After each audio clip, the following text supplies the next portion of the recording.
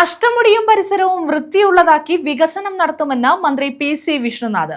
Sewage treatment plant സ്ഥാപിക്കുന്നതിനൊപ്പം വിനോദസഞ്ചാരികൾക്കായുള്ള tourist information കേന്ദ്രവും ശൗചാലയങ്ങളും അത്യാധുനിക രീതിയിൽ നവീകരിക്കും.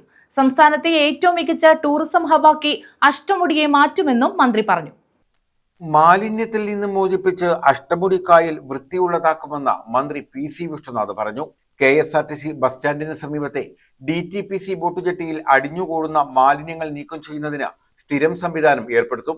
കായലും പരിസര പ്രദേശങ്ങളും മന്ത്രി സന്ദർശിച്ചു. സീവേജ് ട്രീറ്റ്മെന്റ് പ്ലാന്റ് സ്ഥാപിക്കുന്നതിനൊപ്പം വിനോദസഞ്ചാരികൾക്കായുള്ള ടൂറിസ്റ്റ് ഇൻഫർമേഷൻ കേന്ദ്രവും ശൗചാലയങ്ങളും അത്യാധുനിക രീതിയിൽ നവീകരിക്കും. ഇൻഫർമേഷൻ കേന്ദ്രത്തിൽ നിലവിൽ പ്രവർത്തിക്കുന്ന കച്ചവട സ്ഥാപനം മാറ്റി സ്ഥാപിക്കും. ശുചീകരണം ഉറപ്പാക്കാൻ സ്ഥിരം സംവിധാനം ഏർപ്പെടുത്തും.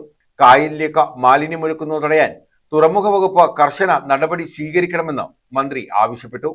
കൊല്ലം ആലപ്പുഴ ജലപാത സജീവമാക്കുന്നതിനായി ബോട്ടുജെട്ടിയിൽ ജലയാനങ്ങൾക്ക് സുഗമമായി വന്നു പോകാൻ കഴിയും വിധം ഡ്രഡ്ജിംഗ് നടത്തും. ബോട്ടുജെട്ടി മുതൽ ആശ്രാമം വരെയുള്ള നടപ്പാത വിനോദസഞ്ചാരം മുൻനിർത്തി ആകർഷകമായി സജ്ജീകരിക്കും.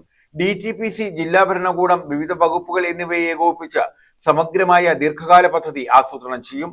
അഷ്ടമുടി കേന്ദ്രീകരിച്ച് നടത്തുന്ന വിനോദസഞ്ചാര പദ്ധതി വേഗത്തിൽ പൂർത്തിയാക്കുമെന്നും മന്ത്രി വ്യക്തമാക്കി. കേരളത്തിന്റെ ഒരു പ്രധാനപ്പെട്ട ടൂറിസം ഡെസ്റ്റിനേഷനായിട്ട് കൊല്ലം മാറുക, ബഡ്ജറ്റൊക്കെ വരുമ്പോൾ അതിനെക്കുറിച്ച് കൂടുതലായിട്ടുള്ള കാര്യങ്ങൾ ഉണ്ടാകും, അതിന് ശേഷവും ഉണ്ടാകും. അപ്പോൾ അതിലേക്ക് നമ്മൾ വരുമ്പോൾ ഇപ്പോൾ നിലവിലുള്ള സംവിധാനങ്ങളെ നമുക്ക് കുറച്ചുകൂടി മനോഹരവും ടൂറിസ്റ്റ് ഫ്രണ്ട്ലി ആക്കി മാറ്റും. അപ്പോൾ അതിന് തടസ്സമായി നിൽക്കുന്ന കാര്യങ്ങൾ പല വഴിക്കും നമ്മുടെ ശ്രദ്ധയിൽപ്പെടും.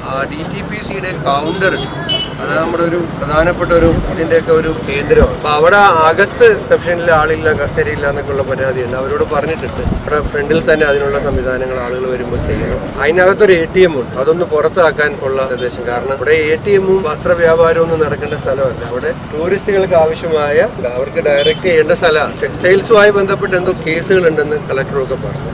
കേസുമായി ബന്ധപ്പെട്ട കാര്യങ്ങൾ നിയമപരമായി തന്നെ പരിശോധിച്ച് തീർക്കണം. ATM കൗണ്ടറിന് വെളിയിലും സ്പേസ് ഉണ്ട്, അതിന് സൗകര്യമുണ്ട്. അത് പുറത്തോട്ടാക്കിയാൽ ഈ അവിടുത്തെ ജീവനക്കാർക്കും പലതരത്തിലുള്ള ആൾക്കാർ കുട്ടികളെ കൂടുതലായി അവർക്ക് പരിഗണിക്കാൻ കഴിയും. പിന്നെ ഇതിന്റെ ക്ലീനിങ് ഒരാഴ്ച കൂടുമ്പോൾ ചെയ്തുകൊണ്ടിരിക്കുകയാണെന്നാണ് പറഞ്ഞത്. അവിടെ കേട്ടൊരു പരാതി, ചെളി കോരിയും കരക്കിട്ട് വയ്ക്കും, പിന്നെ അത് എടുത്തുകൊണ്ട് പോയില്ലേ അവിടെ കിടന്ന് നാറും. മഴ പെയ്യുമ്പോൾ ഇത് വീണ്ടും ഇതിലേക്ക് തന്നെ ഇറങ്ങും. വരുമ്പോൾ അന്ന് തന്നെ ഇത് ഡിസ്പോസ് ചെയ്യാനുള്ള ഒരു കാര്യം ഉണ്ടാക്കി തന്നെ ചെയ്യണം എന്നുള്ള കാര്യം. DTPC സെന്റർ മുതൽ ആശ്രാമം വരെ നീളുന്ന പദ്ധതിയിൽ മെറീന, പുനർജനി ഇന്റർപ്രിട്ടേഷൻ കേന്ദ്രവും ഉദ്യാനവും, അഡ്വഞ്ചർ പാർക്ക്, കായൽ റെസ്റ്റോറന്റ്, ജൈവ വൈവിധ്യ നടപ്പാത എന്നിവയാണ് ഉൾപ്പെടുത്തിയിട്ടുള്ളത്. 59 കോടി രൂപയാണ് ചെലവ് പ്രതീക്ഷിക്കുന്നത്. കൊല്ലത്തിന്റെ പൗരാണിക ചരിത്രവും ജൈവ വൈവിധ്യവും അവതരിപ്പിക്കുന്ന പദ്ധതിയിൽ പ്രധാന ടൂറിസം കേന്ദ്രങ്ങളായ തെന്മല, ജഡായുപ്പാറ, മീൻപിടിപ്പാറ, സാമ്പ്രാണിക്കോടി എന്നിവിടങ്ങളെയും കോർത്തിണക്കും. ചിന്നക്കട ഉൾപ്പെടുന്ന നഗരഭാഗങ്ങളിൽ നിന്നും പദ്ധതി പ്രദേശത്തേക്ക് എത്തുന്നതിനായി മികച്ച യാത്രാ സൗകര്യമൊരുക്കുമെന്നും സംസ്ഥാനത്തെ പ്രധാനപ്പെട്ട ടൂറിസം ഹബായി കൊല്ലത്തെ മാറ്റുമെന്നും മന്ത്രി കൂട്ടിച്ചേർത്തു. അക്വാലാൻഡിൽ അവലോകന യോഗവും ചേർന്നു. Kerala tourism infrastructure limited MD Manoj പദ്ധതി വിശദീകരിച്ചു. ടൂറിസം വകുപ്പ് ഡയറക്ടർ M. അഞ്ജന അധ്യക്ഷത വഹിച്ചു. ജില്ലാ collector Annie Jula Thomas, DTPC, തുറമുഖം, ഇറിഗേഷൻ വകുപ്പ് ഉദ്യോഗസ്ഥർ തുടങ്ങിയവർ പങ്കെടുത്തു. ന്യൂസ് ബ്യൂറോ, കൊല്ലം.